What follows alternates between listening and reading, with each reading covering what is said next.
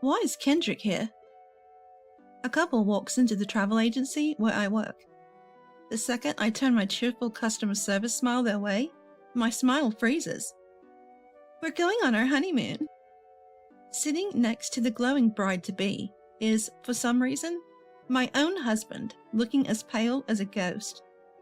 What's going on here? I have a lot to say, but a drama isn't suited for the workplace. I hold back my tears and suppress my emotions for the moment. But I make up my mind that their adulterous honeymoon will not have a happy ending. Brace yourselves. I'll make sure your trip is nothing short of hell. My name is Miranda. I'm 26, and I've been dating Kendrick since we were students. Our relationship continued even after we became working adults, and 3 years after graduation, we got married. We transitioned from lovers to spouses and started a new life. At first, living together was exciting, and every day was happy. But as we lived together, I started seeing who he truly was. Kendrick had been a bit of a heartthrob since his student days. Even as an adult, he's still a looker. When we go out, women passing by do a double take. As for myself, I've always been somewhat confident in how I look. But after getting married, balancing work and housework, as well as saving for a future with kids, I found little time or money for myself. I worked at a travel agency, and depending on the season or circumstances, working late is not uncommon, so there were times when I couldn't manage household chores perfectly. That's when Kendrick would get annoyed. Can't use work as an excuse to neglect the house. I'm working too. What's the point of being married if dinner's not ready when I get home? The man who was once so kind had turned cold, almost as if he were a different person after marriage. Or maybe this was his true face all along. Whenever he got too harsh, I would argue back. That's when he'd say, "If you can't even handle housework, I don't mind breaking up any time. I'm still popular, you know? I get plenty of offers." How many times I have cried over his words. Even when I'd rush home, he would decide to dine out, not caring at all about how I felt. Our relationship grew colder in such a household. Then one day, our days off coincided, and we had dinner together for the first time in ages. Eating in silence, Kendrick suddenly spoke up. "Speaking of which, I got transferred to South Carolina starting next week. I won't be back for a while. Could be a really long time, actually." South Carolina? Wow, that's sudden. How long will you be gone? Hard to say. Maybe 6 months or a year. Either way, I plan to enjoy some me time. Even though Kendrick already acted like he was a free man, his smug smile irritated me to my core. Considering it's him, he might cheat during his business trip. We were already on shaky ground as a married couple, so I didn't voice my concerns. Still, I braced myself for the worst. Little did I know the events that would unfold were beyond anything I could have imagined. A week had passed since Kendrick left for South Carolina. He texted me on the first day to say the move went well, but there were no messages after that. Though I was concerned about him, to be honest, I was quite enjoying my newfound solitude. Coming home to a quiet house was bliss. I never realized how comfortable it is to do chores at my own pace. My co-workers started noticing my upbeat mood, and I felt much lighter. I prefer it this way, with my husband gone on work, as long as he's healthy and bringing in money. It's something I couldn't actually say, so I'd laugh it off. My good spirits continued until my boss offered me an opportunity. "Miranda, you've been doing exceptionally well lately." Thank you. It's all thanks to the help I get from everyone around me. "We appreciate your contributions too. Actually, another branch nearby is short-staffed. Would you mind helping out for a while?" Absolutely, I'd love to. I was thrilled to be recognized for my work, and even more excited to experience a different work environment. The other location was a bit far from home, but with Kendrick gone, there was no rush to get back. The timing was perfect. I agreed without any hesitation, and started helping at the other branch the following week.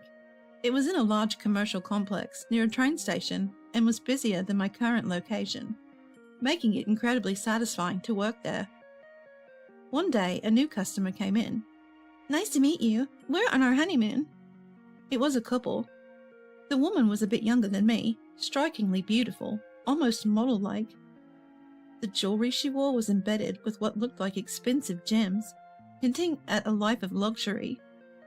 But what shocked me wasn't her. It was the man sitting next to her. When I saw his face, I almost screamed. I couldn't believe my eyes. The man sitting at the table was Kendrick, my husband. He was supposed to be on a business trip to South Carolina, so why was he here? At first, I thought he might be a look-alike, but when he saw my face, he broke into a cold sweat, his eyes darting left and right. What on earth was going on?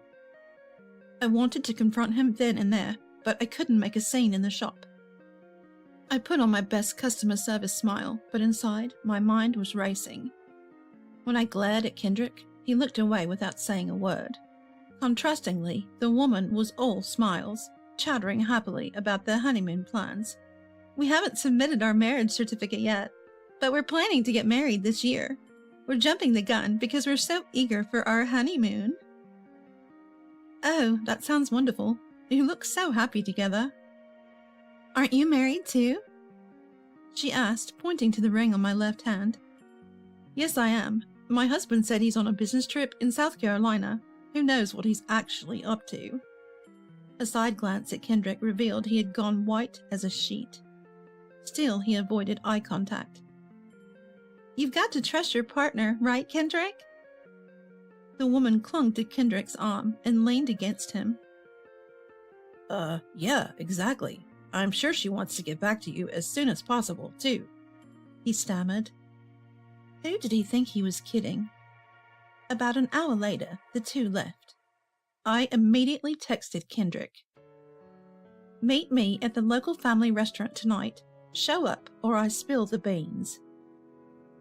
Although he'd been out of touch for over a week, his reply came in seconds. Later, at the family restaurant, Kendrick was already there. "It's been a while. What are you doing here? This isn't South Carolina." "That bossy tone of yours? What a contrast to my beautiful girlfriend, Kelly." He looked nothing like the pale-faced man from earlier, sipping his coffee arrogantly. "Didn't expect you to change locations. Were you demoted?" "That's not the point. Don't we have something serious to discuss?" I pressed, and Kendrick let out a dramatic sigh. "Your assertiveness isn't cute. You used to be, but lately you're lacking in appeal." He studied me from head to toe, as if comparing me to this Kelly woman. "It was during this time I had a fateful encounter with Kelly." "Excuse me? You do realize you're married, right?" "Don't worry, I'm not planning on having an affair. I'll break up with you cleanly, so relax." "What kind of way is that to talk?" "Don't make a big fuss just because I'm dumping you. You'll get wrinkles and look even more unattractive. And don't make a scene in front of Kelly, okay? This is work, so act like it."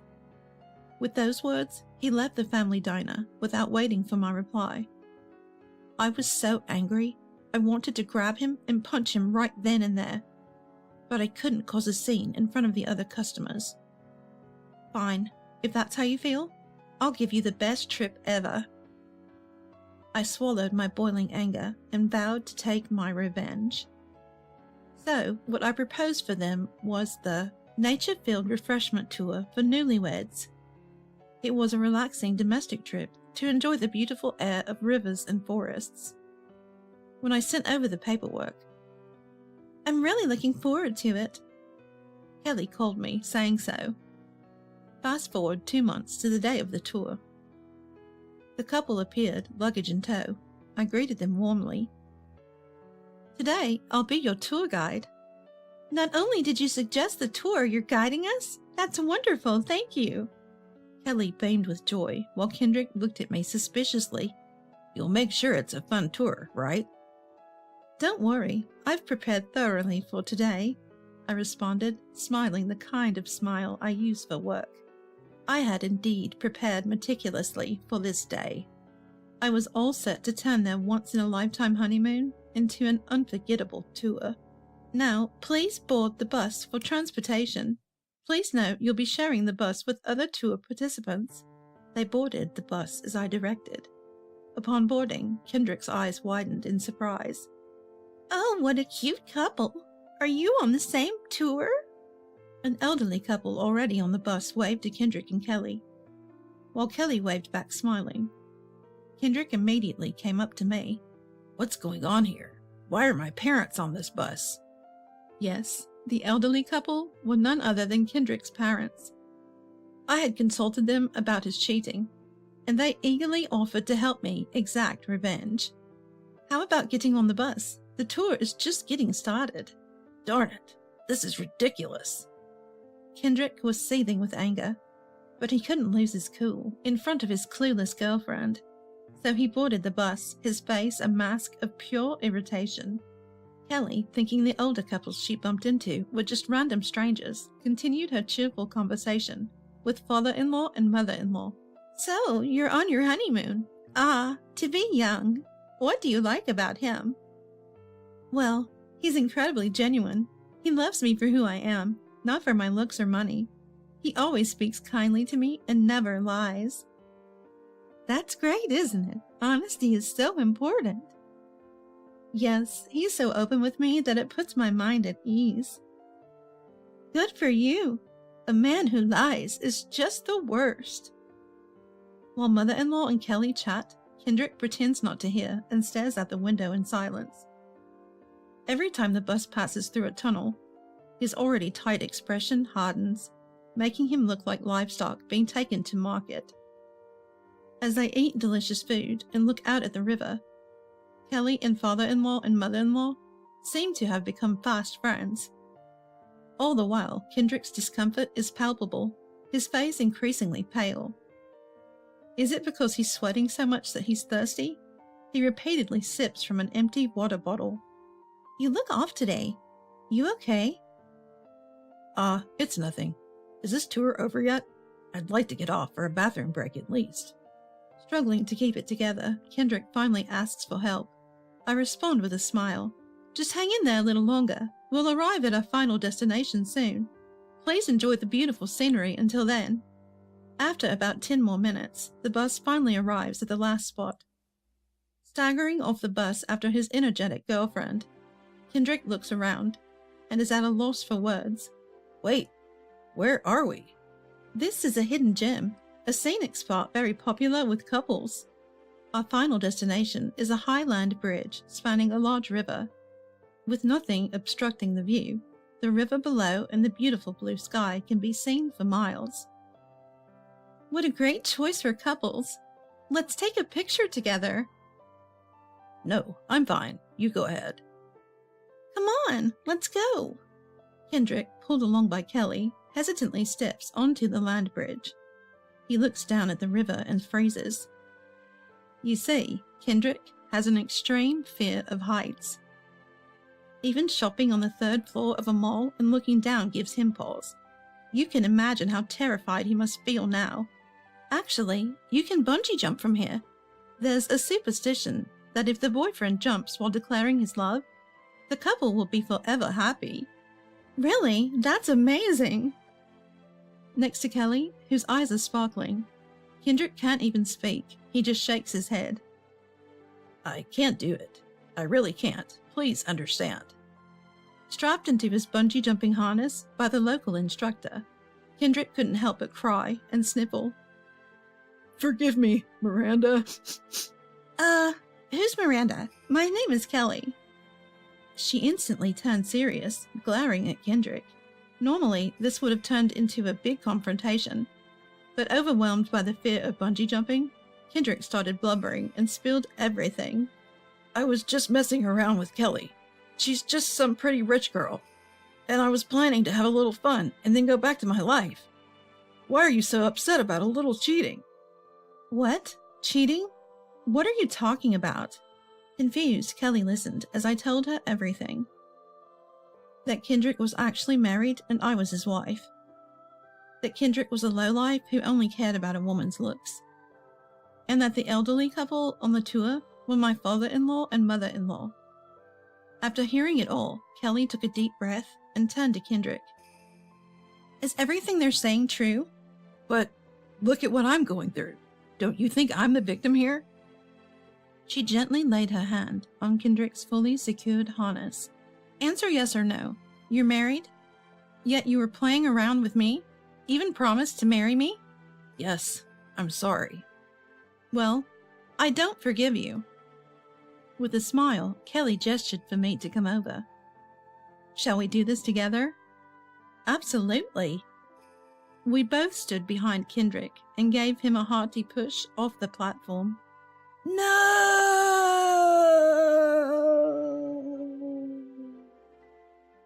Kendrick's death wail echoed throughout the canyon.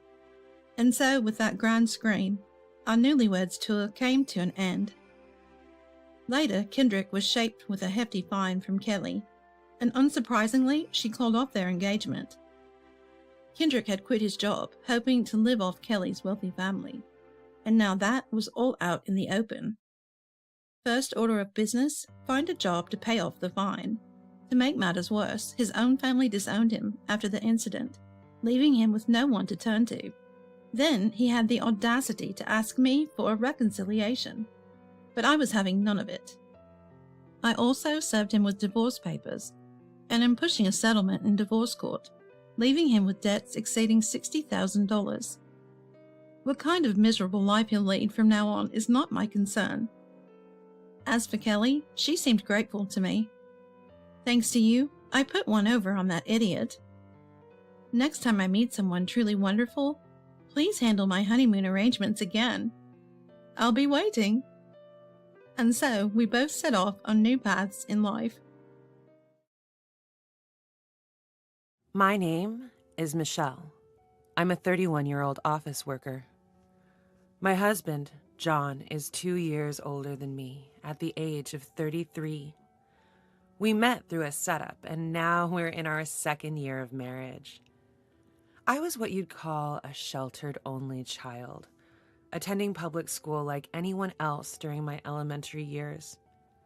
But from middle school through college, I attended a private girls' school.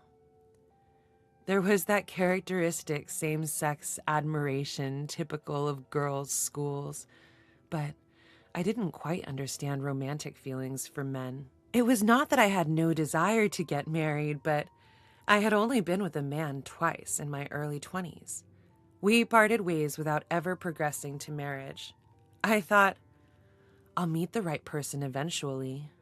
But before I knew it, I was in my 30s. Seeing this, my parents seemed worried. My concerned father finally lost patience and started bringing matchmaking profiles, saying, "It wouldn't hurt just to meet them." One of those men is my current husband, John. After our initial meeting, we saw each other a few times, and he confessed his feelings for me. John is a gentle soul, and he held his parents in high regard. I, too, cherished my parents, and feeling our values aligned, I thought, I could make it work with this man, and so I decided to marry him. After that, our marriage was quickly arranged. Our parents and friends blessed us at our wedding reception, and I was overjoyed. I wished for this happiness to continue forever. However, within a half year of marriage, my father-in-law passed away due to an illness, and John became overly attentive to his mother, who was left alone.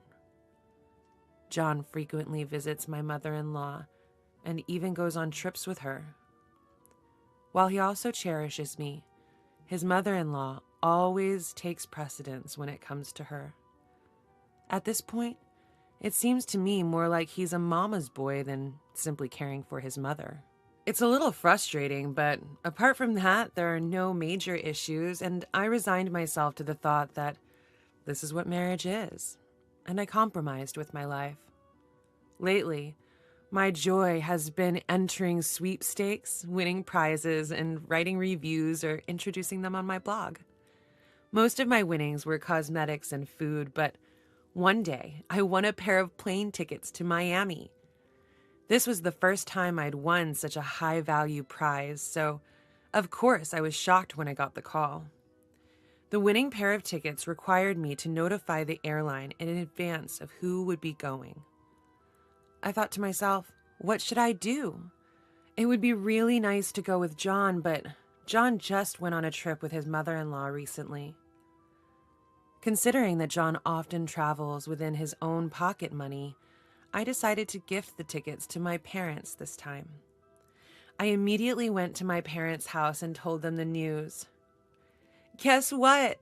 I won a trip to Miami. Why don't you guys go, Mom and Dad? Oh my. When was the last time we had an overseas trip, dear? Hearing my mom's words, she was overjoyed. However, Dad didn't seem as enthusiastic. I have work commitments. Dad, didn't you say you still have some paid leave left? It's a busy season for our industry, and as the department head, I can't really take time off. Michelle, if you can manage to get leave, why don't you and Mom go instead? I see. Well, it's a great opportunity, so why not? Having been turned down by my dad, I decided to broach the topic of leave with my boss the next day. Fortunately, it was a quiet period at work and I got permission easily. I promptly contacted the airline to let them know Mom and I would be going. And after work, I stopped by a bookstore at the station to buy a guidebook on Miami. I headed home with my head full of dreams about the trip. When I arrived near the house, I noticed the lights were already on. John must have returned home already. I need to hurry with dinner, I thought. But when I opened the door, it wasn't John's shoes I saw in the entrance, but a familiar pair of women's shoes. Michelle, what do you think you're doing leaving the house empty until this late? Oh, mother-in-law, I didn't know you were here. This is not about whether I was here or not. It's time for John to come home. Normally, you would be preparing dinner and a bath to welcome your husband home. Don't you have any sense of your responsibilities as a wife? My mother-in-law lives nearby and has a spare key that John gave her. I understand she's lonely since her husband passed away, but her unannounced visits and assumption of making herself at home do not sit well with me. Moreover, my mother-in-law subscribes to the old-fashioned notion that a wife should serve her husband's family, and she doesn't seem to like the fact that I work. Each time we meet, she nags or throws snide comments my way, so I find it hard to warm up to her. Well, what's with the sour face? And that bag? Did you take a detour instead of coming straight home? What a useless wife. Show me what you bought. What are you doing? Stop it. Ignoring my protest, my mother-in-law snatched the bag with the guidebook in it. What's this? Are you guys going to Miami? How extravagant. No, this is a prize I won. I'm giving it as a gift to my mother. Well, nobody told me about this. As my mother-in-law and I were arguing, John arrived home. I'm home. What's going on here? Welcome home, John. I hear that Michelle won a trip to Miami in a lottery. How standoffish of you to give it to Michelle's parents without any discussion. I would have loved to go. A trip? To Miami? I wasn't informed either. I thought I'd present this to my parents this time. How many people can go on this trip? It's for 2 people. Well, you should have told me beforehand. I would have loved to go as well. Why are you deciding things on your own? I also considered going with just the two of us, but this time I wanted to gift it to my mother. What are you misunderstanding here? This time, I'm going with Mom, and you're staying home. My husband cut off my words and started saying outrageous things. No way! I won this. I'm going to give it as a gift to my mother. We can do that another time, right? Since Mom wants to go, try to understand. What are you talking about? You just went on a trip with your mother not too long ago. What's wrong with going on a trip with my own money? Anyways, this time, Mom and I are going. If you don't like it, we can get a divorce. When I heard the word divorce, which my husband brought up like a trump card, I felt my feelings for him completely cooling off. Fine. Do what you want. I decided to get back at them and backed off. My husband and mother-in-law, ignorant of such a thing, looked triumphant. You should understand. You should have done that from the beginning.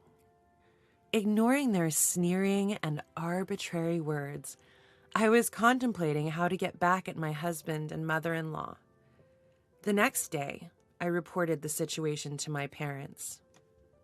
My mother, who was really looking forward to it, seemed disappointed, but she showed understanding, saying, I see. If that's the case, it can't be helped. It's better than causing a rift between the two of you, so don't worry. Feeling sorry for my mother, I decided to make up for this situation. After that, I called the airline during my lunch break and informed them that I'd like to change the trip to Miami to my husband and mother-in-law. The call center operator looked troubled. We're sorry, but we can't accept changes to the reservation once it's been made. Moreover, the airline tickets are invalid if the winner isn't present. This was written in the documents we sent you. Please check. When I looked at the rules on the back of the air ticket and the winning notification carefully, it indeed said, only the winner has rights and transfer is not allowed. I explained the situation to the operator and told him that I would decline this prize. As for my husband and others, I decided not to inform them about this, and if they really want to go, they should pay the full amount on the day.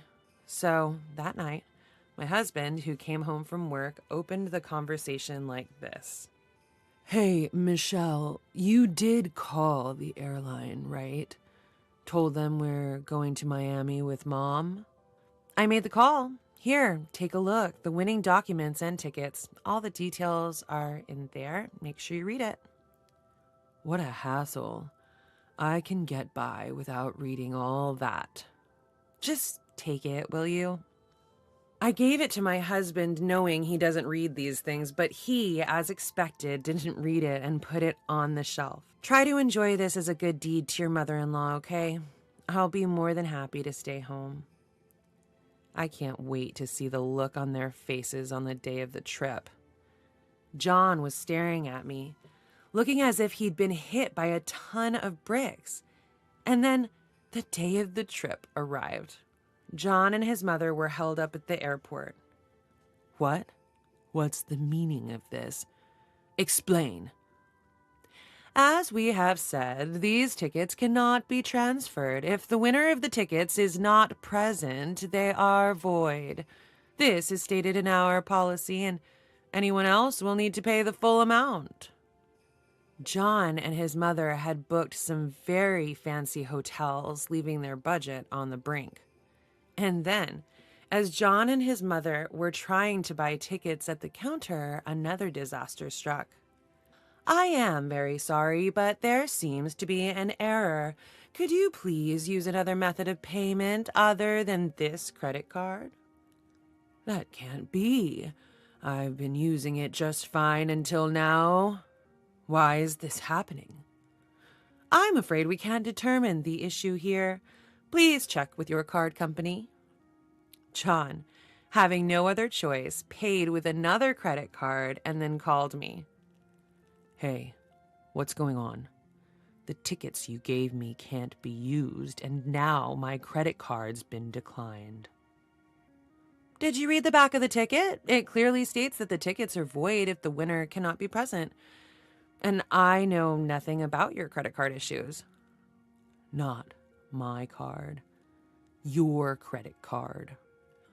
Oh, I see. Well, I've suspended my card. I didn't see it in my wallet, so I suspected that you might have taken it. I'm glad it wasn't misused. That's not funny. You won't get off so easy when we get back. That's your own doing. What you did is stealing, you know. What a woman. I'm divorcing you. Get out. Sure. Just as I thought you'd say, as you wish, I'll agree to a divorce. The truth is, I was planning to go back to my parents' house before he told me to leave. I had already packed up using the paid leave I had taken for this trip. When I left the house, I took the passbook and the seal so he couldn't spend our savings and informed the neighbors that we would be divorcing. When I checked the amount of our savings for property division in case of divorce, I found out that he had spent it several times over. I never recalled withdrawing the money, so it's clear that John was behind it. When cross-referencing with my daily blog posts, the day the money was withdrawn coincided perfectly with when John and my mother-in-law were on vacation. I reported to my parents about being approached for a divorce by John, that he had taken my credit card, and he had gone on a trip with my mother-in-law using our joint savings. Upon hearing my story, my parents gradually grew stern. I can't believe John would do such a thing. I'm sorry. It's my fault for setting up the arranged date. My dad bowed his head in apology to me. He seemed quite angry with John.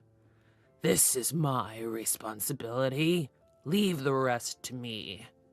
Actually, my dad is a director at the parent company of John's company, and he occasionally conducts audits. This time, although someone else was supposed to go, my dad rearranged his schedule on short notice to audit John's company. There, he invited John's superior, who is an executive at the subsidiary, for a meal. Given that the position of director at the parent company is higher than that of the president of the subsidiary, John's superior was trying hard to appease my dad while breaking into a cold sweat. My dad told John's superior about me at the meal. Actually, my daughter is going to get divorced. It seems that there were troubles due to the husband's excessive attachment to his mother. I would have told her to endure it if it were just that, but it seems he also took out my daughter's credit card without her permission and even dipped into her savings. I couldn't tell her to get back together with him. By the way, the son-in-law, former son-in-law, I suppose. He's your subordinate, isn't he? How's his work attitude lately? I hear it's a busy period, but I haven't seen him around. Upon hearing my divorce story from my dad, John's superior, who had a bad feeling about it, decided to investigate John. John, being the son-in-law of the parent company's director, was a well-known fact in his company, and he was somewhat favored, so it would likely reveal quite a bit if scrutinized. I am arranging for a lawyer introduced by my dad to handle the divorce procedures and will soon be sending a written confirmation including the issue of alimony and property division. John told me that he wouldn't let it slide, but it seems that it won't slide for John and his mom after they return from Miami. And sometime after John and my mother-in-law returned from Miami, John came to visit my parents' house. Michelle, what's this certified mail all about? I'm broke. I can't afford to pay any alimony. And what's this property division? It's just a marital spat. There's no need to go this far. I apologize, so please come back. What are you saying? Have you even read what's in the certified mail? Your mom's daily mental abuse? Not to mention dipping into our savings and trying to use my credit card without my permission? There's no way we can make amends, right? Please don't say that.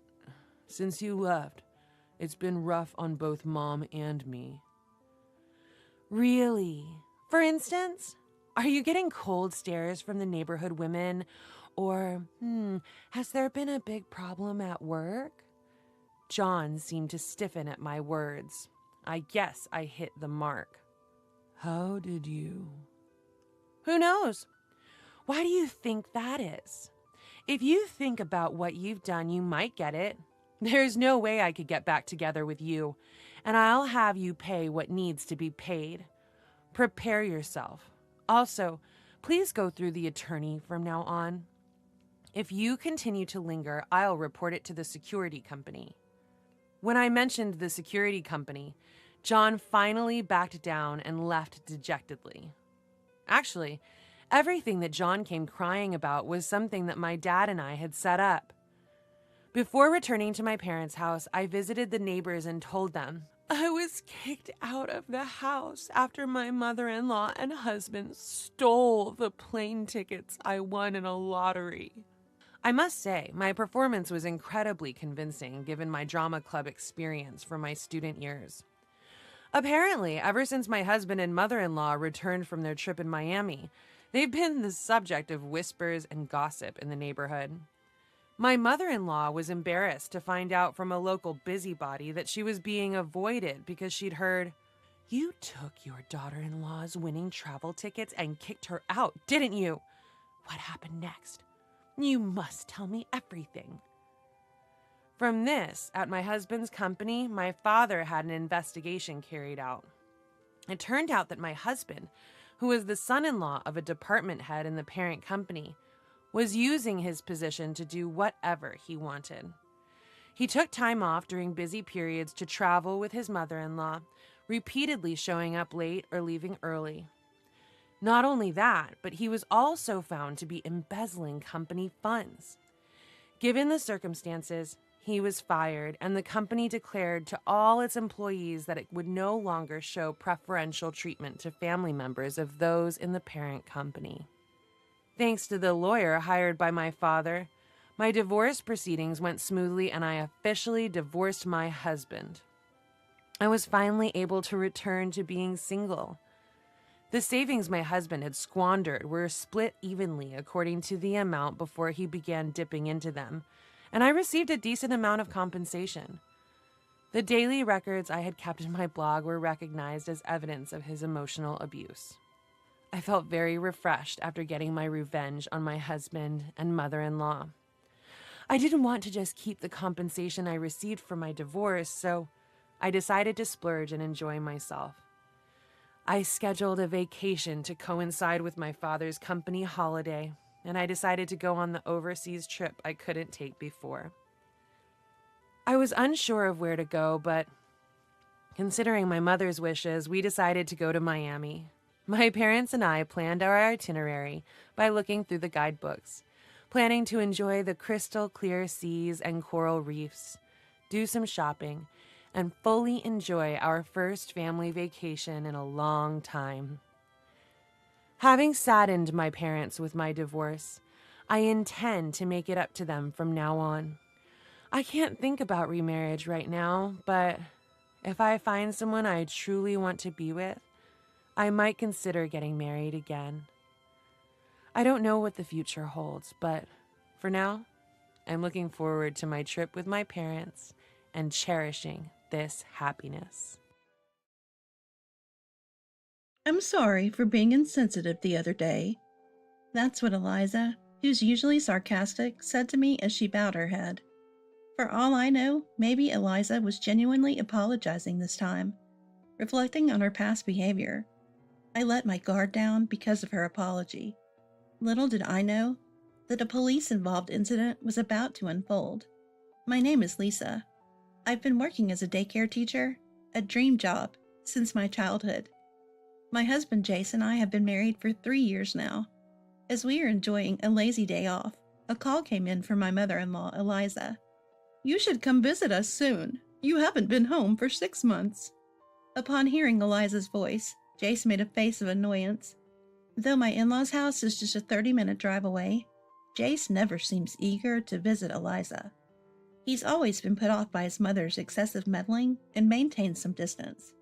Eliza has always thrown jabs at me, ever since we got married, as if blaming me for taking away her only son. Though I find Eliza difficult, I have no choice but to go when called. The last time she told us to visit and we didn't, she showed up at our house unannounced. To avoid that hassle, it's better to go see her before she takes matters into her own hands. Sure enough, upon visiting for the first time in 6 months, the sarcastic comments started flying. Every time I visit, I feel stressed, being pestered about not having children yet. "You can't have kids because you're busy working. A woman should stay home." My father-in-law, Derek, a retired middle school teacher, often had to work on weekends due to his hectic schedule. Housewife Eliza always boasted, "I raised Jace all by myself. We can't make ends meet on my salary alone." Jace immediately encountered Eliza's snide remark. I want to work because being a daycare teacher was my dream, especially this year as I'm in charge of the seniors. I want to see them through to graduation. I explained that we're not planning to have kids yet, but that just led to more insults. "I was against your marriage from the start. What good does a daycare teacher do for society? You're just playing with kids all day, aren't you?" I was angry at being accused of just playing, but I let it slide with a wry smile. I can't let every one of Eliza's words get to me. Once she started her insults, there was no stopping her. "These days, mothers are terrible for leaving their kids so young. I wonder if it's mostly single moms or poor families." Eliza let out an exaggerated sigh. I can handle her criticizing me for not having a job or kids, but I can't keep my emotions in check when it comes to her prejudices against parents. Look, parents are struggling every day to balance work and raising their kids. What you've done, spending so much time with your children, is commendable. But not every family can afford to have a stay-at-home parent. So stop making such comments. "How dare you argue with me when you can't even have children?" Eliza retorted. As Eliza and I glared at each other, Derek finally spoke up. "Eliza, you're out of line. Watch your words." I was surprised that Derek came to my defense. He's a man of few words, and usually stays quiet when we visit. Apparently, Eliza doesn't realize she's being offensive. "What's wrong with speaking the truth? Children who are left in daycare probably won't turn out well," she continued. Ignoring Derek's warning, Eliza reiterated her prejudiced views. Angry at her comments, Jace started to hastily get ready to leave. "Enough is enough. Lisa, let's go." Eliza wanted to stop her son, but Jace was already heading for the door without looking back. "He's become so cold to me since he got married." Eliza became hysterical, perhaps because her son was being cold to her. She blames me, but Jace's cold behavior isn't new. Ever since he moved out, he began questioning Eliza's excessive interference. I was shocked to learn she'd go into his apartment with her own key and read all his mail. "What are you standing there for? Go get Jace right now," she commanded. Jace, who had already left the house, was ordered to be called back. Feeling irritated, wondering why I had to be given orders in the first place. It's sad, isn't it? You were always around, yet you're disliked. You mistake it for love, but it's just excessive interference. Thank you for showing me how not to raise a child. I snapped. I knew we wouldn't see each other for a while, so I let it all out. I was also angry about her terrible comments about daycare parents. I felt a sense of relief getting that off my chest. Her face turned red with rage. You'll see. I'll kick a nasty woman like you out of my house. Eliza slammed the front door after kicking me out. I figured this means I won't be called or visited for a while. I told Jace, who was waiting for me outside the entrance, what had happened. Good on you for standing up to Mom. We'll have some peace for a while now. I felt reassured by Jace's words, but what Eliza said last still bothered me. If we don't hear from her, I guess we don't have to visit for Christmas. A few days after thinking this, Jace got a message from Eliza. She's asking if we'd like to come to a pizza party. She said she regrets what she said to Lisa and wants to apologize. Jace asked me what I thought, and I hesitated. Honestly, I can't imagine Eliza actually apologizing. The olives on the pizza are from a friend's farm. They're really fragrant and delicious. Let's just go, and if Mom starts her snide remarks again, we'll just take the pizza and leave. I couldn't help but laugh at Jace's suggestion. That's when I remembered Jace has a real love for pizza. All right, let's go. I'm curious to see if Eliza will actually apologize. So we decided to visit my in-laws' home again on our next day off. As soon as we arrived, Eliza immediately apologized.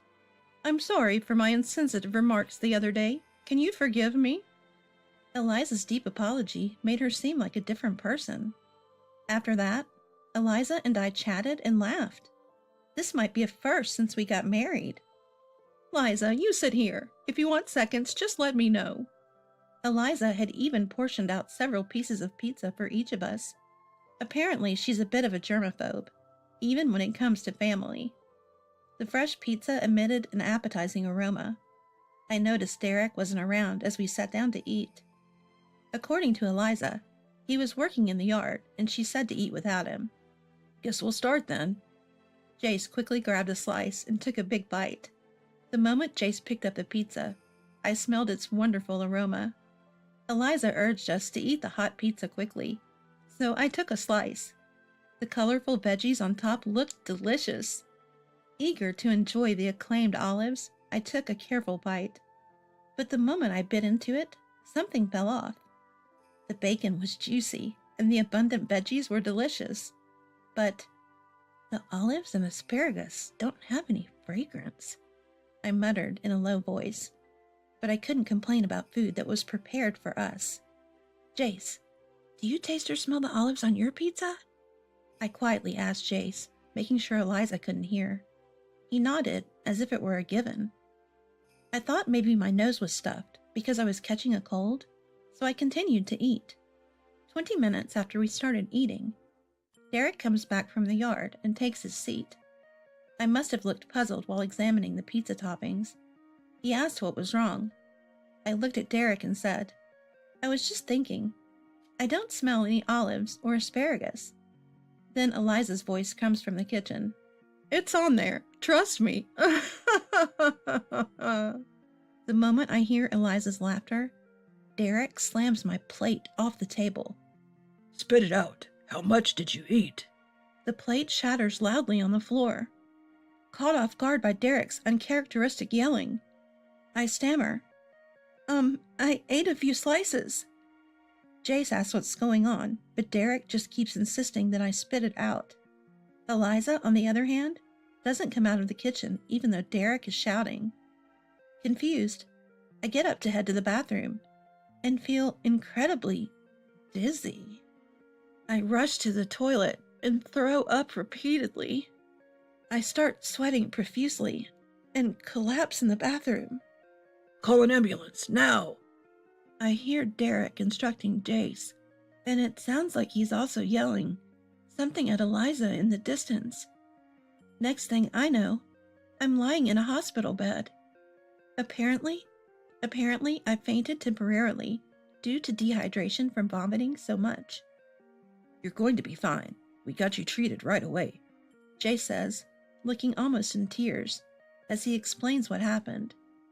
Turns out, the pizza I ate contained Red spider lily, a plant considered poisonous. While it's known for its beautiful flowers, the bulb resembles olives, and the stem looks like asparagus. To an untrained eye, it could easily be mistaken. Quick-thinking Derek had sent a portion of the pizza with Jace to be analyzed, revealing the presence of red spider lily. Is Jace okay? I was concerned as he had been eating silently. We had all the pizzas checked, but... Jace hesitates. The only pizza that had red spider lily was yours, Lisa. Chills run down my spine at this revelation, meaning someone intentionally fed me the poisonous plant. And the only person who could have done that was Eliza, who made the pizza herself. The doctor at the hospital says they need to report the food poisoning incident to the health department and asks for details. After hearing the situation, the doctor clearly thinks Eliza's behavior is suspicious and suggests contacting the police. Jace agrees, but says he needs time to process everything.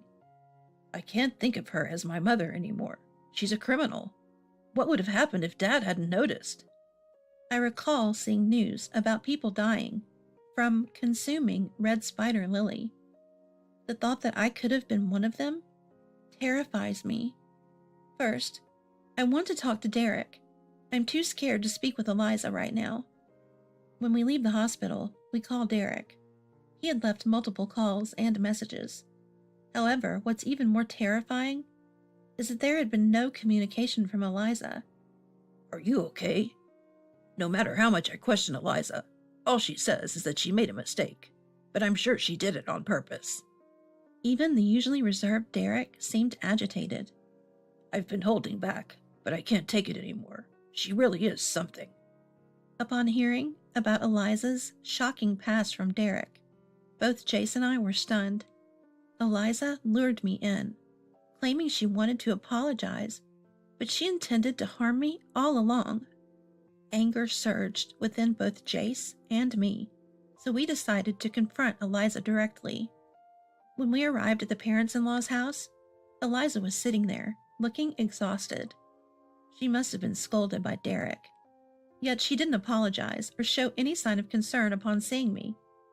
I never thought Derek would catch on. I was hoping to get rid of you, the audacious woman that you are. Jace snapped at Eliza's brazen attitude. You've got to be kidding, you criminal. Eliza seemed rattled being called a criminal by her own son. What do you mean? I did this for Jace's sake. If he stays with you, he'll never see his children. I'll find him a better partner, so just leave. Eliza didn't seem to feel any remorse for putting poisonous red spider lily in my food. So you intentionally mixed red spider lily. You wanted me to lose my life? Was this premeditated? Yes, I did it on purpose. Red spider lily grows nearby. It's easy to get. It's a shame you didn't eat more. You would have done more than just throw up. Jace lunged at Eliza in rage. I stopped Jace and pulled out the voice recorder I had in my chest pocket. Eliza, you've confessed to intentionally harming me, and it's all on this recorder. I'll be filing a damage report with the police. Eliza paled at the mention of the police. What? You'd send a family member to prison? Yes, and both Derek and Jace have agreed. Besides, you've done the same to Derek in the past. I relayed what I'd heard from Derek. There had been a major fight over a trivial matter before. The day after the big fight, Derek noticed that dinner's pizza had no smell of olives. As a former middle school teacher, he was always cautious about food poisoning and knew what could be toxic. Instantly, he thought of red spider lily. Derek faked a stomach ache and didn't touch the pizza. After Eliza went to bed, he checked the trash can and found remnants of red spider lily, which terrified him. Because of his past experiences, he was able to quickly tell me to spit it out. I can tolerate it if it's just me, but I can't allow harm to come to someone important to my son. We're getting divorced now. Derek had been able to focus on work because of Eliza's support. She had helped raise Jace, so he couldn't easily bring himself to say divorce. He knew red spider lily had been mixed into the pizza, but never blamed Eliza before. But now, He seemed resolved to give up on Eliza. Eliza, who never thought divorce was on the table, was stunned. How am I supposed to live now? I'll give you this house. We have some savings. They'll be your retirement fund once we distribute the property. Derek continued talking about divorce, like he'd been planning it all along. Eliza barely had a moment to interject. While they were discussing the divorce, we decided to leave the house. We'll go to the police station with Jace. Please cooperate once the investigation starts, I said, and headed straight to the police station. The damage report was accepted, so an investigation into Eliza would soon begin. After that, Eliza started calling us almost daily. Please, retract the damage report. Her voice was full of exhaustion. Derek divorced her soon after and moved out. Between the police coming and Jace leaving, nasty rumors about Eliza had started in the neighborhood. Though she begged for help, I had no sympathy. I can't deal with any more persistent phone calls. Even if I change my phone number, there's nothing stopping them from just showing up at my house. Fed up with even having to deal with this, I finally said, "Fine, I'll retract the damage report. But never show your face to us again. Even when a grandchild is born, you won't meet them. If you approach us, I'll consult the police." This seemed to shock Eliza, who had been eagerly awaiting a grandchild. However, she must have thought that a criminal record would be more damaging. Eliza ended up paying me settlement money, so I withdrew the damage report. She probably used the money from a property division she got during her divorce from Derek, so her savings must have taken a big hit. I heard from Derek that Eliza couldn't take the neighborhood gossip anymore, and eventually sold her house to move to a cheaper rental in Philadelphia. Apparently, she's been calling Derek, wanting to get back together, but he made it clear that's not happening. From here on out, Eliza is likely facing a lonely life on her own. As for Derek, he moved close to our house. I've grown to love Derek, who I can really count on. I'm sure that even if we have grandchildren in the future, Derek will be there to protect them. I mean, is education very important to you?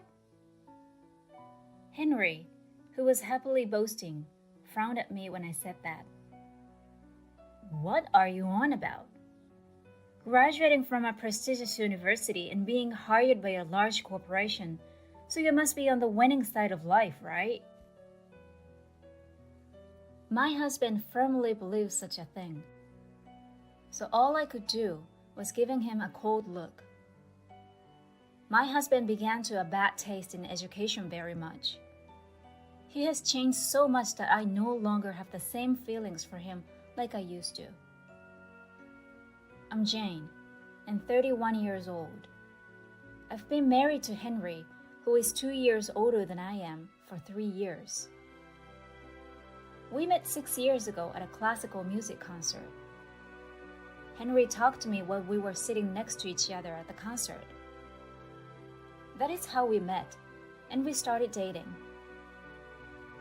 We went to classical music concerts together for 3 years before getting married, as it was mutual interest. It has been for 3 years since we got married. Now, we rarely go out together or have casual conversations together at all. And our relationship became deteriorated rather than getting bored with each other. Hey, there is your favorite pianist concert, so shall we go together for the first time in a long time? I was tired of such cold atmosphere when we were together. So I tried to change the mood between us and invite him to the concert. He was fiddling with his phone when I was asking for the concert. Then he looked at me and snickered. You can't talk like that until you've done all the housework. I'm not going to spend a lot of money on you. Even tickets aren't free. I'll consider it when you become a little more useful for me. Okay, I'll pay for my own ticket. I still have some savings before marriage. That's not what I'm talking about. You don't understand what I mean, do you? It's no use telling you anything Because you're an idiot, aren't you? Henry is chuckling. The reason I'm not working is because Henry asked me not to have a job. Before I got married, I planned to work until I get pregnant. And I was thinking I should have kept working and could have cooperated with each other. However, Henry is the one who asked me to stay home and do all the housework because he could earn enough money for both of us. Henry asked me to quit my job. Maybe because there's always been a stereotype in him about housewife. Man works and woman stays at home. Or he was proud of himself too much. I prioritized my time to look after our child and quit my job. Henry looked down on me although he asked me to quit my job. I knew I should have married to a wife who was as intelligent as I was. I am no comparison to you, so I feel tired even talking to you. Henry's being sarcastic. He's graduated from Tokyo University and works for a large corporation. He's too snobbish. You and I have too much difference in educational background, so I am too good for you. Henry repeated such a thing at every opportunity. I like that pianist and want to go to the concert, but I am unable to accompany you. I will go there alone if I decided to attend. Why? Before marriage, we used to go there together all the time. You'd understand me, wouldn't you? Just because we lived together for years, it doesn't mean you deserve me. What the heck? Isn't that correct? You should be grateful that I am supporting you, who did not even graduate from a good university. Get out if you have a complaint. As soon as Henry said that, he went back to his bedroom. Why can't we get along with each other? As I recall, he was being caring for about half a year after we got married. He was rather humble, not bragging about himself. After I quit my job, I felt increasingly isolated from society and appeared that we are gradually growing apart very much. 2 weeks later, I went to the concert alone because I had already booked 2 tickets. Henry had turned me down in a terrible way, but I admired this pianist. I was feeling a little empty, but all of the pieces were fantastic, and I was still basking in the afterglow after the concert. I noticed a familiar figure in the crowd as I was walking toward the exit to leave the venue with a good feeling. It must be Henry. He was at the concert, wasn't he? Henry's company has flexible work hours, so his presence here was not surprising. The strange thing was Henry was not alone. He was holding women's hands, who I do not know, while walking. The way their faces were very close while talking and smiling at each other could indicate that they were a couple. I decided to blend in with the crowd and follow Henry. They exited the venue and entered a lovely restaurant nearby. After a while, I received a text message from Henry.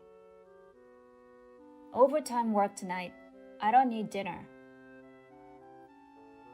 The message was brief, stating only the facts. He is, however, dining with another woman.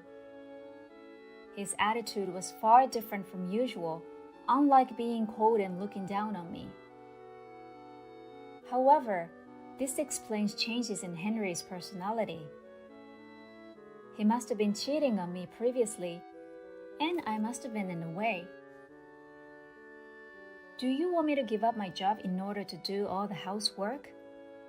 He takes away my freedom and destroys the family on his own, doesn't he?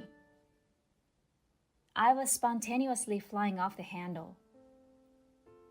The two appeared to finish their dinner and they were walking toward the hotel to enter. I was super shocked about it and unable to think clearly when I got home.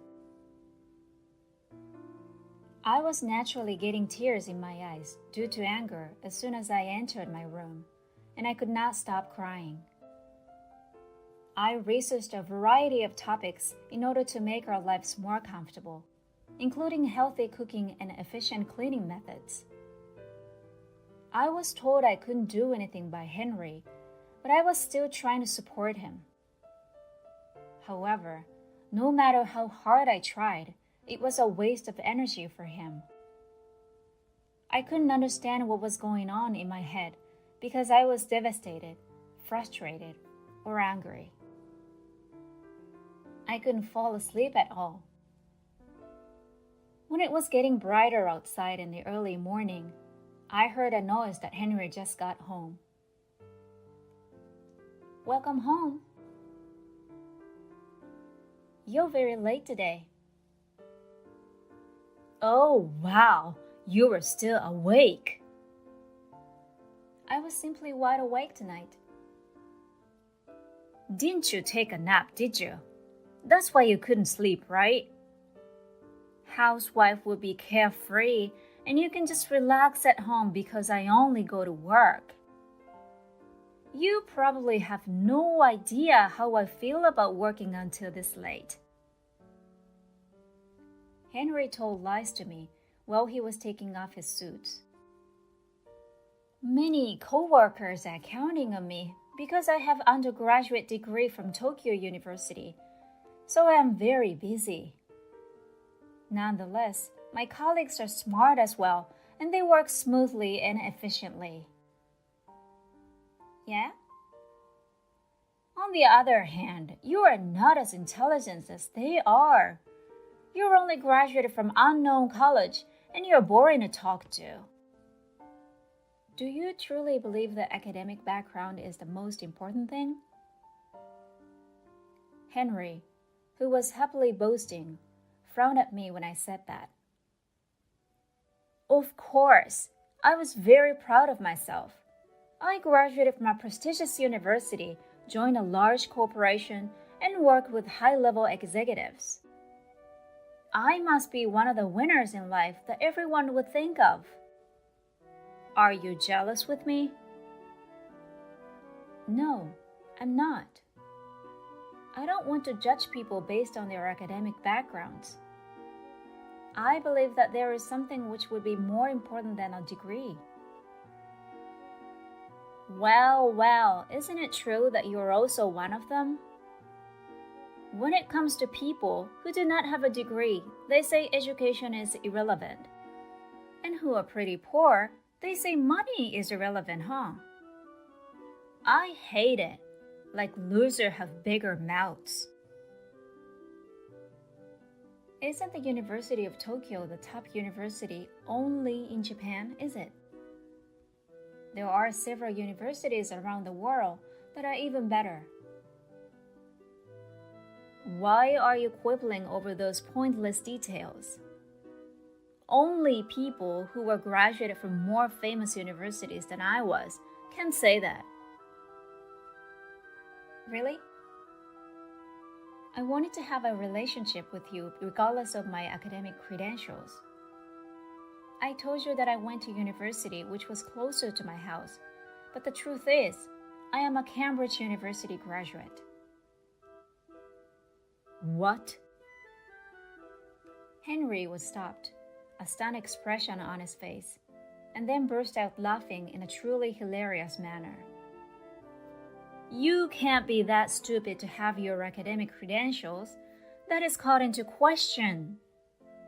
How dare you say Cambridge up on the spur of the moment? Henry didn't seem to believe me at all, so I showed him a photograph which I brought from my room. It was a photograph of the university's graduation ceremony. He stopped laughing as soon as he saw the picture and stared at it. Oh, is this... Hey, do you believe me? I have had more famed university degree than you. And I know you look down on me as a housewife, But I was also working from home and have a business with Europeans nowadays. I earn more money than you do.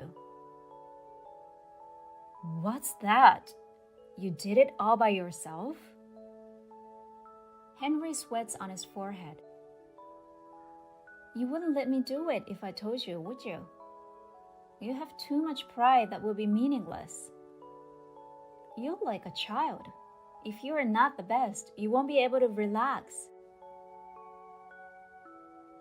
Have you been looking down on me all the time, haven't you? I am not like you. I kept it secret because I didn't want to create a hierarchical relationship between us by academic background and/or income. I simply desired a normal marriage life.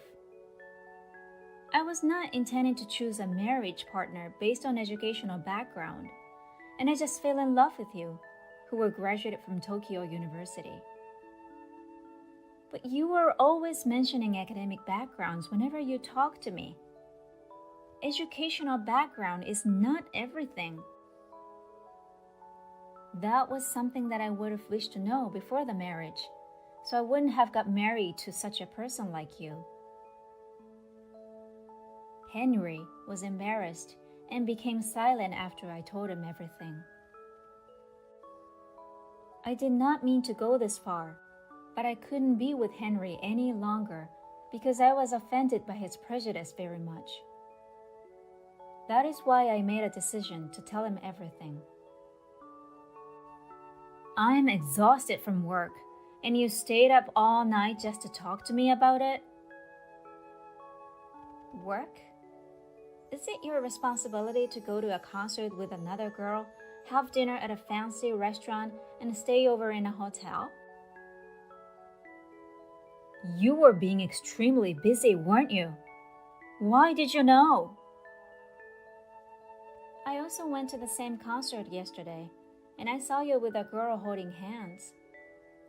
You are very intelligent, but so careless. Were you so foolish that you couldn't imagine someone watching you? Henry's face is quickly getting blushed. Henry raised his head and glared at me after a few seconds of silence. You're right. I had a date with another girl. Unlike you, she is not only attractive but also respects me. And she's the ideal partner for me because she's not mean to me. She does not make me look bad and gives me all the credit on both career and private. You are not comparison to her. You only irritate me when you're here. So if you're not going to listen to me, get out. He looks already being over me, and I was disappointed with him. I realized that he was only thinking about himself, and he didn't care about me at all. Okay, I understand. Let's get divorced. I am leaving here, so please pay me the alimony. I have solid evidence of your infidelity. Wow, you are very malicious. Sure, alimony is such a small amount. I offer you some money to pay off to end our marriage. It is nothing because I will be completely free from you. I decided to say one more thing to Henry before he returned to his room. Is she your colleague, isn't she? Because you told me that she gives you all the credit on both career and private. So what? You have a mistress in your company, huh? Trustworthiness is essential in a large corporation, so I believe the president of the company would ask you to respond to your mistake. He came closer to me again after he heard what I said. He seems frustrated. Don't be a fool. There are thousands of employees in the company, so the president would not take it seriously. Oh, well, I often have lunch with the president of your company. What are you saying? I am friend with the president of Henry's company in my business. Recently, the president had started focusing on foreign transactions. Therefore, he has partnered with a marketing firm in overseas. I was the one who introduced the marketing firm to the president. Of course, I'm still acting as an intermediary. Of course, he is aware that I'm married to one of his subordinates. However, I did not tell him about side job, and I asked the president to keep secret about our business relationship because I didn't want him to be treated differently. You're lying, aren't you? Why should I lie?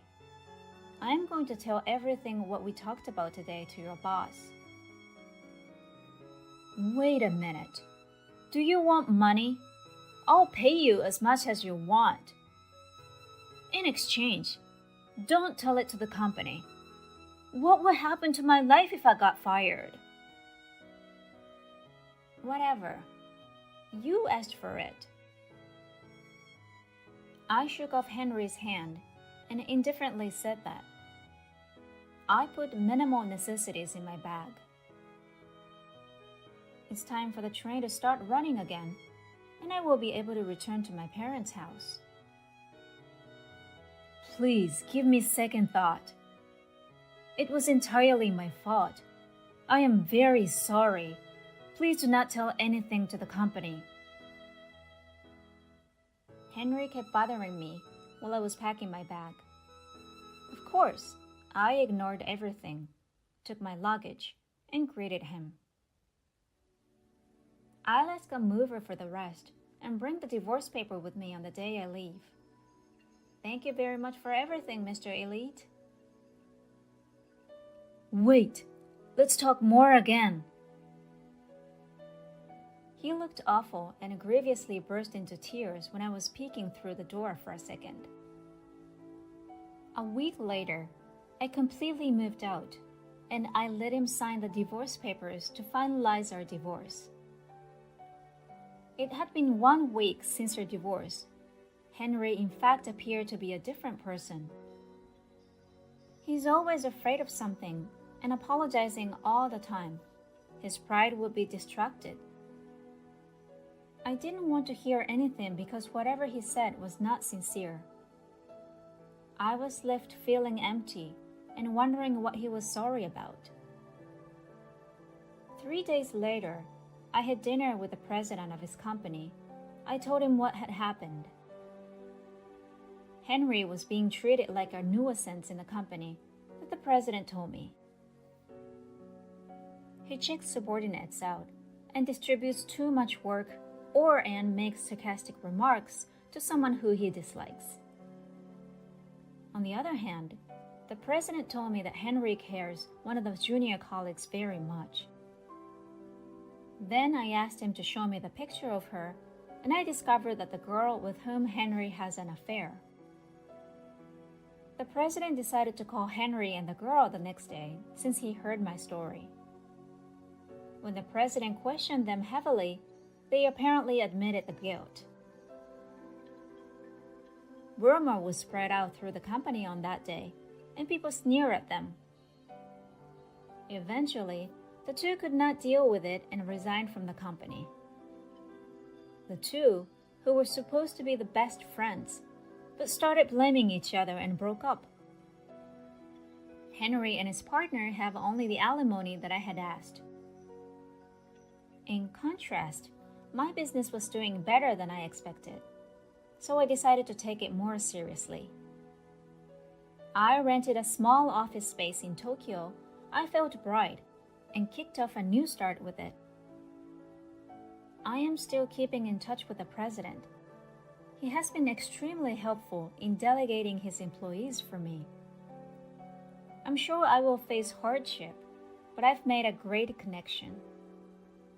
I want to value the relationships I have while I start a brand new life without being humble.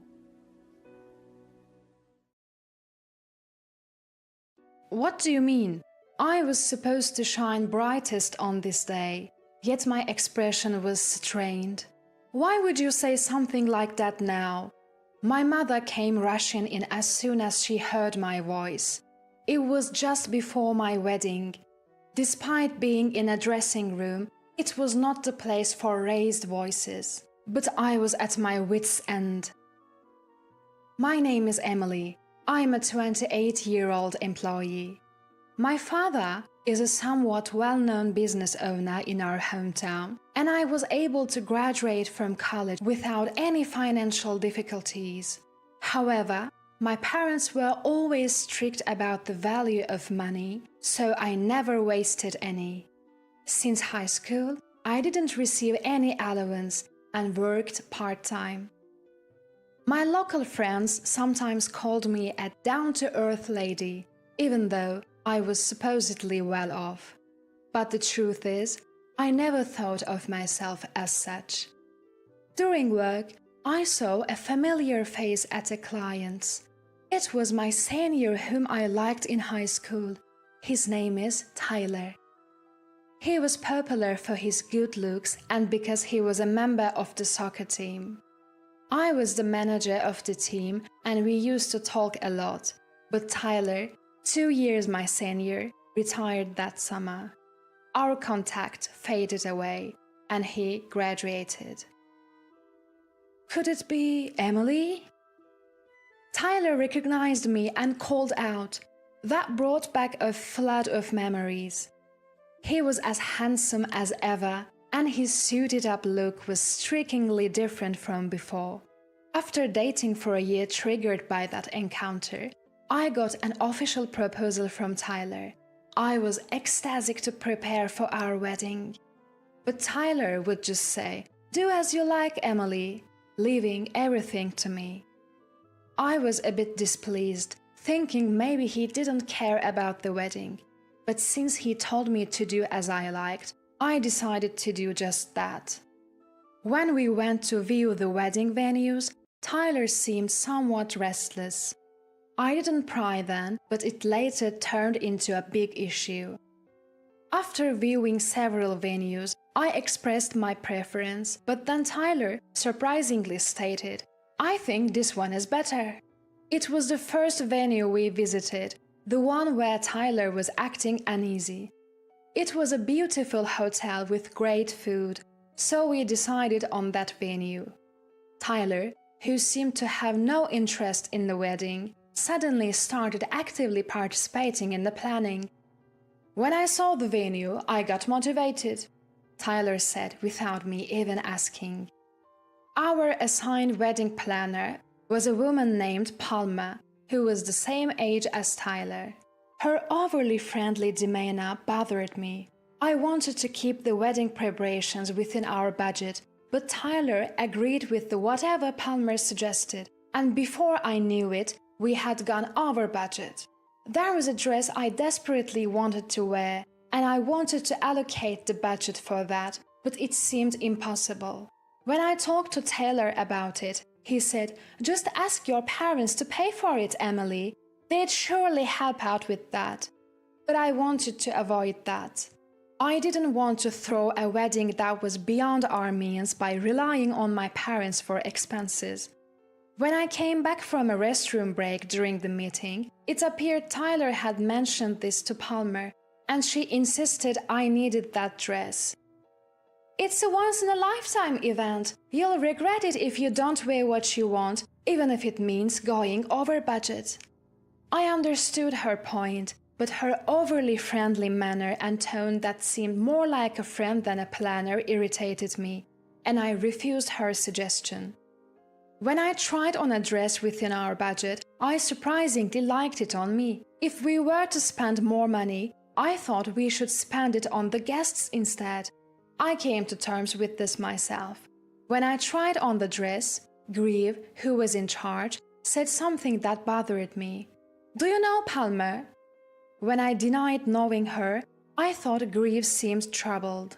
But I was so excited about my first wedding dress, I couldn't dwell on it.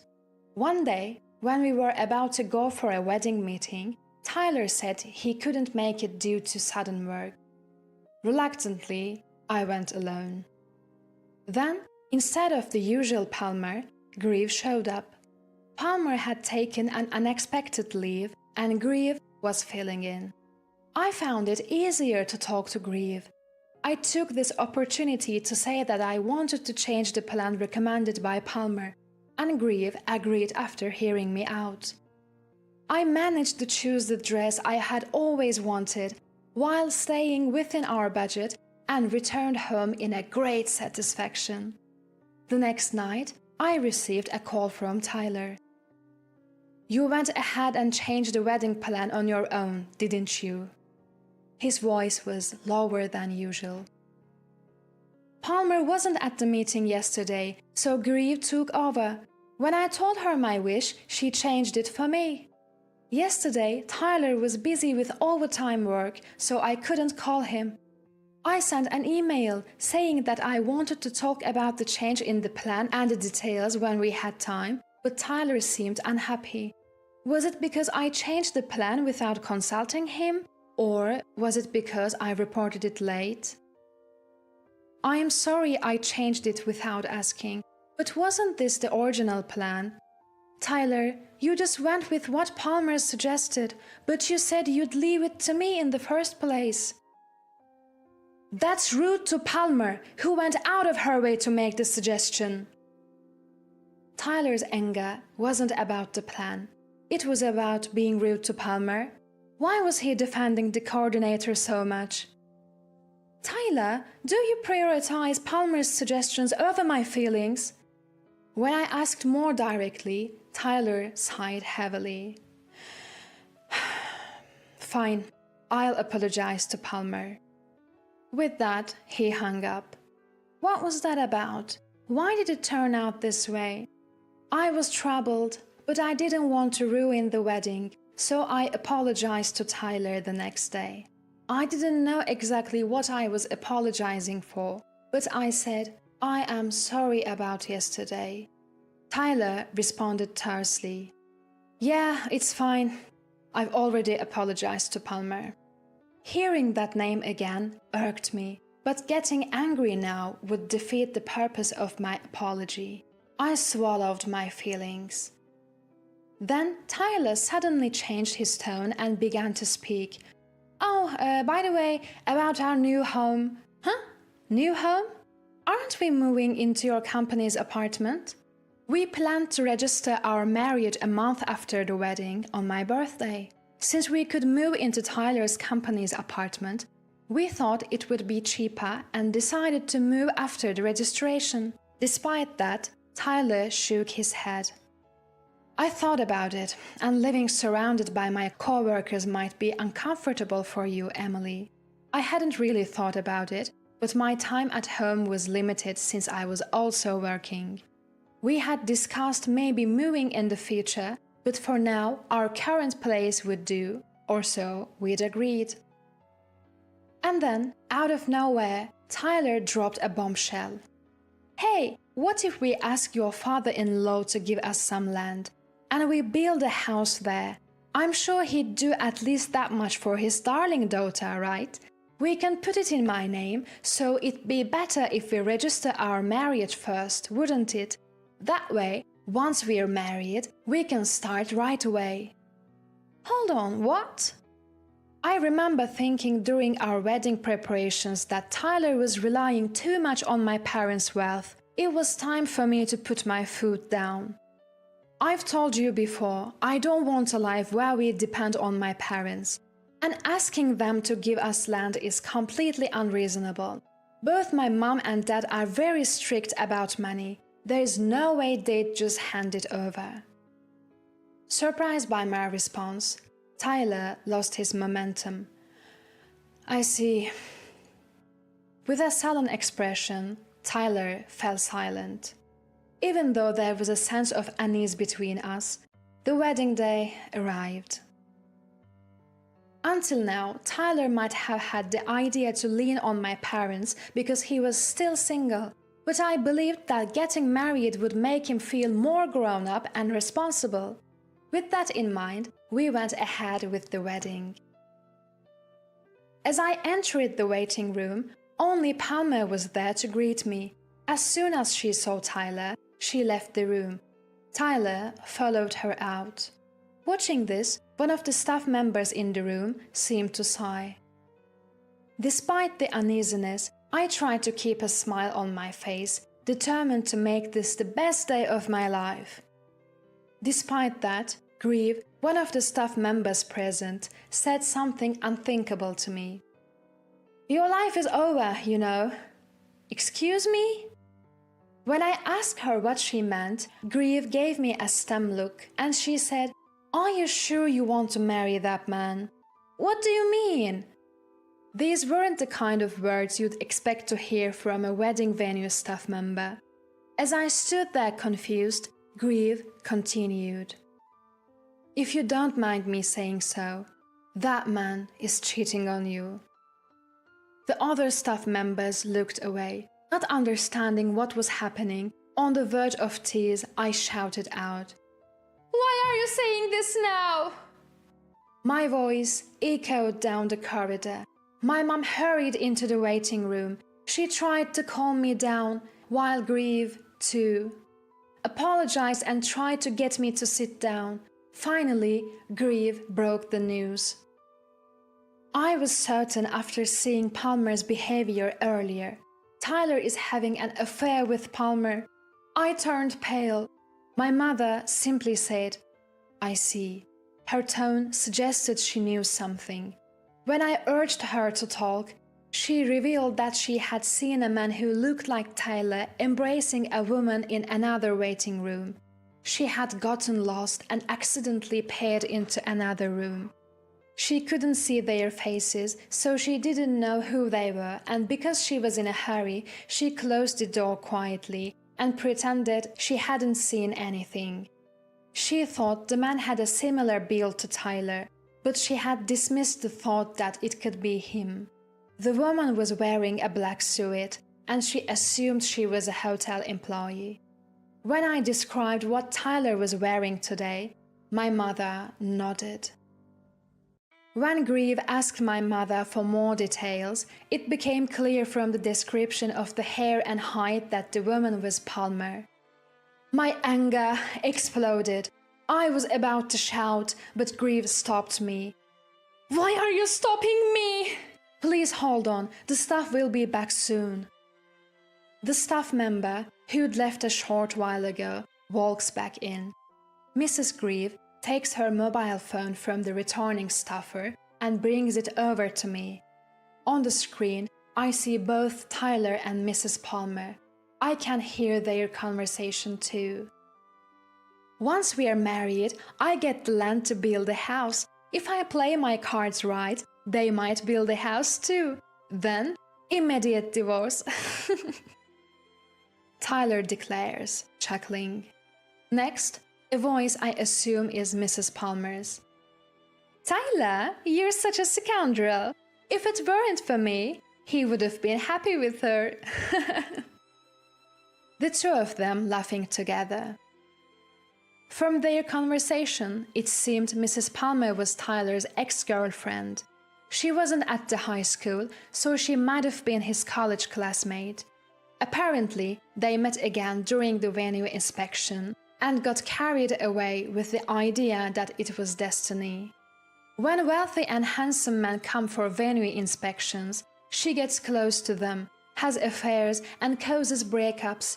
According to Mrs. Grieve, who heard their conversation, Mrs. Palmer is a groom hunter. However, she always gets away with it because there is never any proof. Mrs. Grieve had noticed her behavior with Taylor and warned me about they might be having an affair.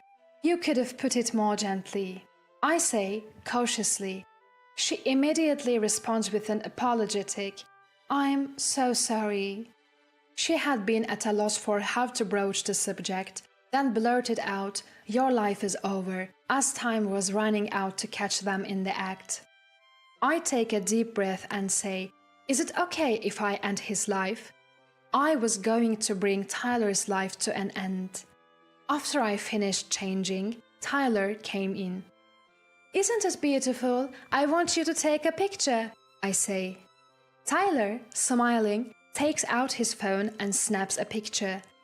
"Let me see," I request, taking the phone from his hand. At that moment, Mrs. Grieve takes Tyler away to touch up his makeup. I start to search Tyler's phone for evidence of his affair. There are plenty of photos and exchanged messages. I never touched Tyler's phone, so he must have been careless. There was no passcode, and I might not have found the evidence if not for this situation. I screenshot the incriminating conversations and to transfer them to my phone. When Tyler comes back and I hand him his phone, Mrs. Palmer finally shows up. Other staff members had been keeping Mrs. Palmer busy. She had caused many grooms to call off their weddings and resented by nearly all the staff who lost their sales because of her. Tyler must have switched to Palmer's plan to support her sales. I guess he thought he could always beg my family for more money if he ran out. Thanks to the teamwork of the staff present, I was able to gather evidence of the affair. And then the reception begins. The next item on the agenda was to play the How the Bride and Groom Met movie. As the movie begins, Tyler yells out, "Hey, what the hell is this?" The screen displayed footage of him and Mrs. Palmer in a different room, acting intimately. All these were evidences of his infidelity, captured by me in screenshots. A furious yet pale-faced Tyler. I saw Palmer trying to leave the venue, but she was stopped by Grieve and her staff. The hall buzzed with commotion, Tyler's college mates looking at the pair with scornful eyes. I took the microphone. Given the circumstances, I must apologize. Everyone will return the gift cards from the party. Please enjoy the food and treat this as a dinner party. I glared at Tyler. So, you were after my family's money all along, huh? What's this about rekindling with an ex-girlfriend who works at the venue? Isn't it odd to speak of destiny when you're the groom and she's the staff? The red thread of the fate is supposed to be severed, right? As I said this, I was met with applause of agreement from the audience. I'm glad we didn't complete our registration. You were about to tarnish my family register. I'm satisfied just being able to wear this dress and take pictures. I will sue you for compensation in the divorce trial for your affair, as well as the wedding expenses. Unsurprisingly, the wedding was cancelled. I returned the gift cards to my invitees. My disgruntled father, who had witnessed everything, arranged for a lawyer, and I went hard after Tyler. He had to pay every penny for his cheating, for breaking off the engagement, and for the wedding expenses. And not just Tyler, but Palmer too. After a while, I received an apology from Tyler. It was a momentary lapse in judgment. I realized that I truly love you, Emily. Please, let's reconcile. How dare he say such a thing? People like you are bound to cheat again due to such lapses. You don't love me, you love my family's money. Well, after the hefty compensation from the divorce trial, I'm fairly wealthy now. At this, Tyler's face turned red with anger. You are a failure as a wife if you can't forgive a single lapse. Seems like that was his punchline. Well, I'm not your wife, so call me a failure or whatever you like. Laughing, I hung up the phone. Word about Tyler and Palmer spread among our classmates. It even reached their bosses and co-workers, and they had to quit their jobs. They sent me emails full of their misery, but I blocked them. Palmer abused her position to use a groom's contact information for personal use. She was sued for damages by her employer, and I sued her for compensation. She lost her job and had to work at a grocery store, looking completely exhausted. This is what I heard when Grieve came to apologize. As for me, I immersed myself in work. Work is enjoyable, but now I'm looking forward to joining a marriage party to find someone I can truly marry. There are just some people in life you'll never get along with.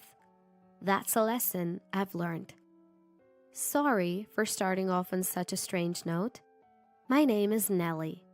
I'd be glad if you could lead an ear to my story for a bit. I'm married to a man named Greg. Greg's swarmed with work and is often away in the Boston area for his job. While waiting for him to come back, I live in the house we bought together. But recently, my mother-in-law Shannon has been showing up a lot.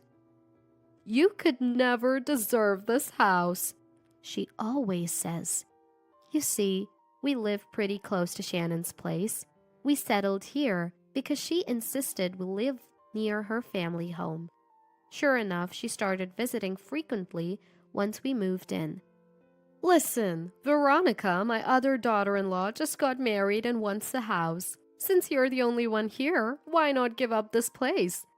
She said something outrageous.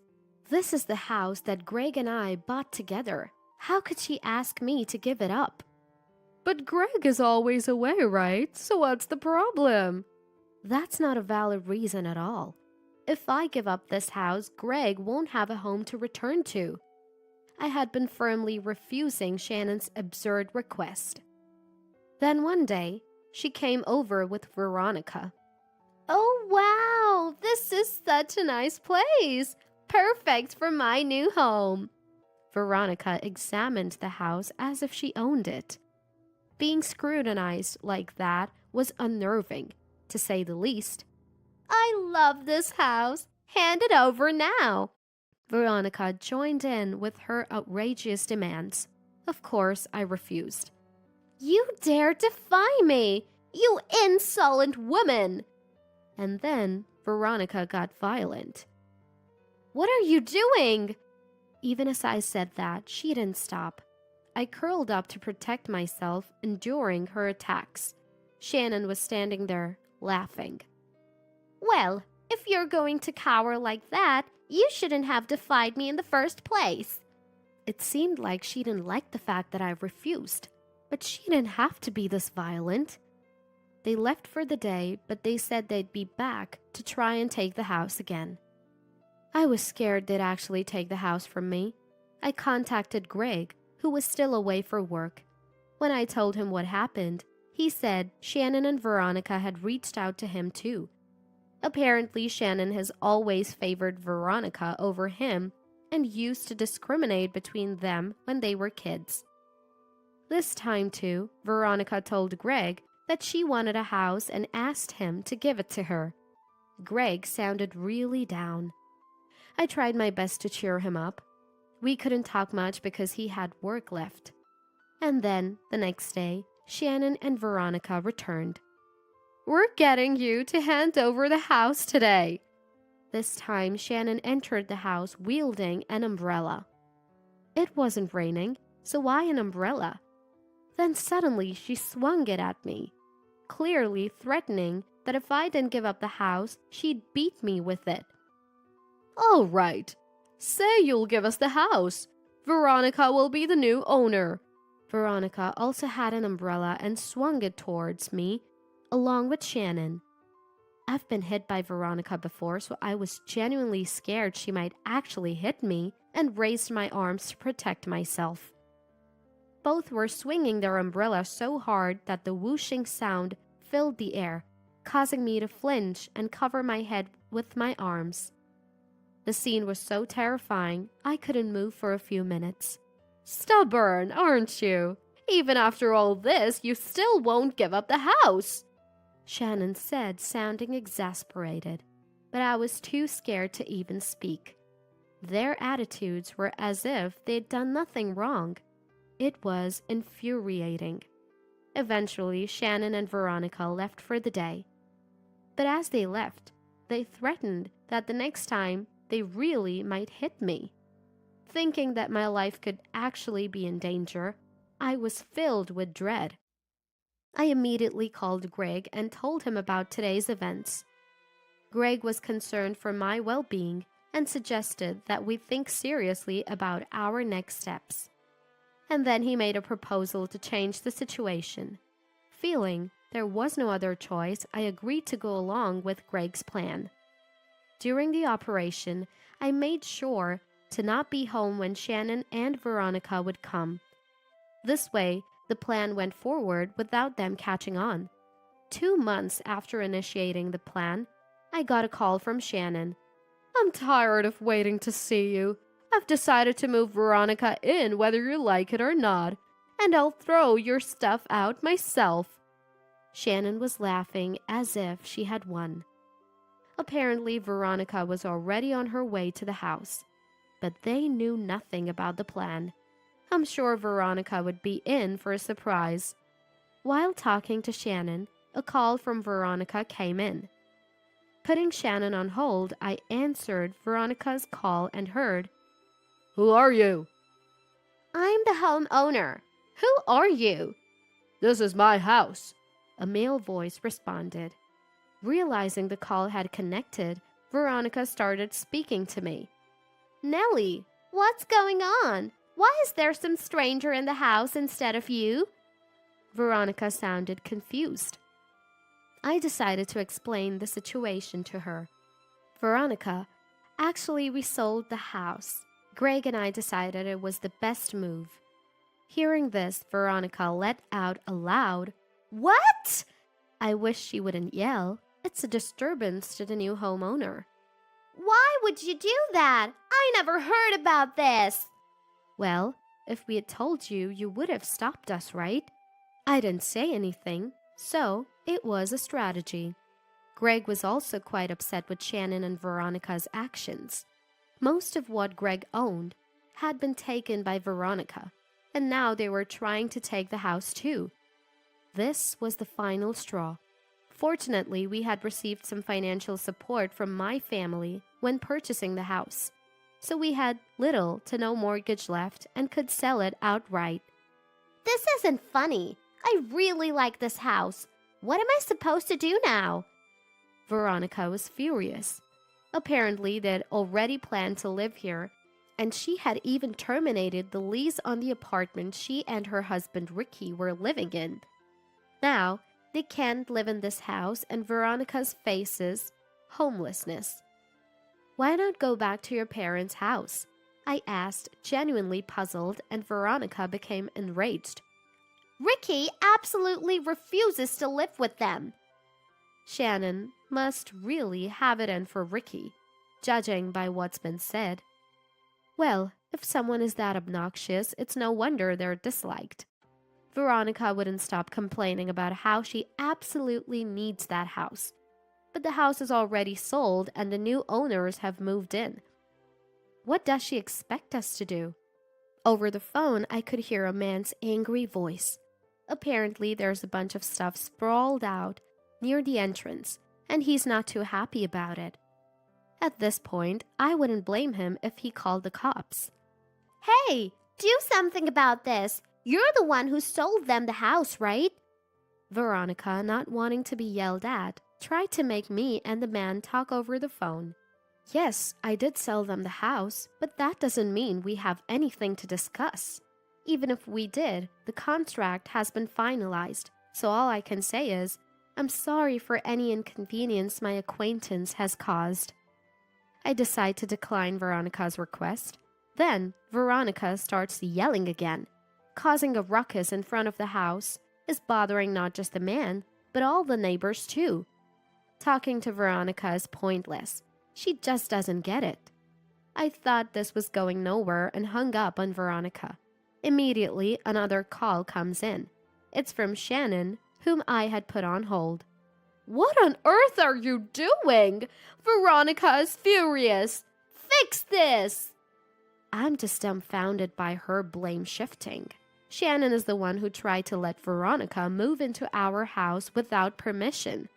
But she acts like I'm the villain. If it weren't for these two making a scene, I would have continued to live in that house. "Where are you now? Just fix it!" Oh, I hadn't told her yet. I'm at Greg's new posting. What? I decided to move with Greg to his new location. Greg frequently gets transferred because of his work, and we thought it would be better to not settle down in one place. Luckily, we don't have kids, so we have the freedom to change our residence. But that didn't satisfy Shannon. "Come back right now. I need to give both of you a piece of my mind." Shannon sounded furious, but I'm the one who wants to be mad. If it weren't for Shannon's meddling, we wouldn't have had to give up the house. "Enough, Shannon. How much more inconvenience do you plan on causing people?" I figured it's safe to vent, given that I've moved and we're over the phone. "I wonder if you ever think about how much stress you've caused us. Don't bother us anymore." Hearing my resistance must have really infuriated Shannon. She was screaming so loudly over the phone, it was hard to understand what she was saying. It made me worry if she was taking her anger too far. "I can't believe this! How dare you talk back to me like that? Greg, you too! How dare you defy your older sister, even though you're just Veronica's little brother?" It seemed Shannon had traveled all the way to Boston suburbs just to take revenge on us. But she didn't know where we lived. "Hey, tell me where you live!" There's no way I'd comply with such a demand. I naturally refused. Then Shannon screamed again. It was almost funny. She was like a machine programmed to scream every time I defied her. "Enough is enough! I'm Greg's mother. Since when is it okay for a child and his wife to defy their parents?" She was pulling some pretty old-fashioned cards. I mean, there are countless ways to find out where someone lives. Given she hasn't thought to look it up, I doubt she'd ever manage to reach our home. "Give me your address! Neither of you is getting off easy!" "Wait, what?"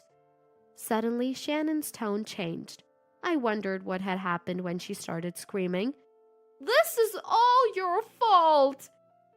Turns out, Veronica had been taken away by the police, aggressively demanding a man leave his home, and he finally had enough and called the police. Well, that figures. Unable to think rationally, believing that blackmail could solve her problems, she must have gotten it from her mother. Getting taken away by the police might cool her off a bit. "How dare you do this to my precious Veronica?" Once again, she's deflecting the blame. I mean, how can it be anyone's fault but Veronica's, who was causing a scene outside someone else's house? Just then, Greg got home from work. I informed him that I was on the phone with Shannon, and he took over the call. "Mom, I've lived my whole life in fear of you, but that's over now. I'm not listening to you anymore. If you come to our house uninvited, I'll call the police." It seems Greg has grown through this experience. To think he could say that much to Shannon, who had tormented him all this time. Greg gave the phone back to me, saying he had said all he needed to say. Shannon, on the other end, screamed again. She's clearly not used to getting pushed back. Doesn't she realize that doing awful things could result in some form of retaliation? "Shannon, just give it up. Veronica has been taken away, and anything you do to me is just going to be petty revenge." Even so, Shannon just kept screaming. She was like a wild animal, so lost in her anger she had forgotten what she was even mad about. This is getting nowhere. Shannon, can I hang up now? I don't think there's any point in continuing this conversation." But she just wouldn't listen. "Don't you dare argue with me! Parents are absolute! A child should never defy their parents!" If she's going to be this unreasonable, well, I've got my own thoughts on the matter too. Shannon, I've said it before and I'll say it again. We're done interacting with you. Stop contacting us. I deliberately kept pushing Shannon's buttons. As expected, Shannon flew off the handle and started cursing at me. The things she said were so awful, they could break someone's spirit if taken to heart. But that's precisely what I was aiming for. "Shannon, I've recorded every single abusive word you've just said." As I said this, Shannon stopped her tirade and began to panic. "Recorded? What are you doing?" "Shannon, you're the one in the wrong for using hate speech. Slander is a serious offense. I'm sure my lawyer would love to hear this, and you'll probably end up having to pay a fine or compensation." At that point, Shannon broke down in tears and apologized. "I'm sorry. I just lost my cool for a moment. Please don't involve the lawyers or police, okay?" Since Shannon kept apologizing persistently, I told her to never interfere with Greg and me again, and decided to forgive her. Shannon promised, and we never heard from her again.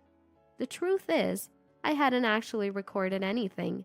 It was all a tactic to make Shannon back off. She didn't even know how to find our address, so I thought she might fall for a simple trick like this. And she did. Finally, peace returned to Greg's and my life. I heard that after being taken by the police, Veronica had to pay damages to the tenants. Having lost their home, Veronica and her husband Ricky moved in with Shannon. But within a few days, Ricky was talking about divorce, and it seemed Veronica was going to be divorced. To top it all off, Shannon had been hurling insults at Veronica's Ricky too. And I heard she also ended up having to pay damages for her insults. Both Shannon and Veronica ran out of money, and what used to be a friendship turned into mutual loathing. The atmosphere in their home is reportedly constantly tense now. Well, they brought it upon themselves. I hope they come to accept the circumstances and move on. As for Greg, he completed his assignment and returned to the main office, only to be assigned to another distant location a few months later. We realized it's more convenient for us both to relocate together, given how our lives have become increasingly busy with transfers. Now, wherever we go, people say we're a great couple, not just at the company, but also among the locals in the places we move to. After overcoming challenges without giving in to Shannon and Veronica, we realized that we'll be fine wherever we go. We look forward to supporting each other as we move forward in life.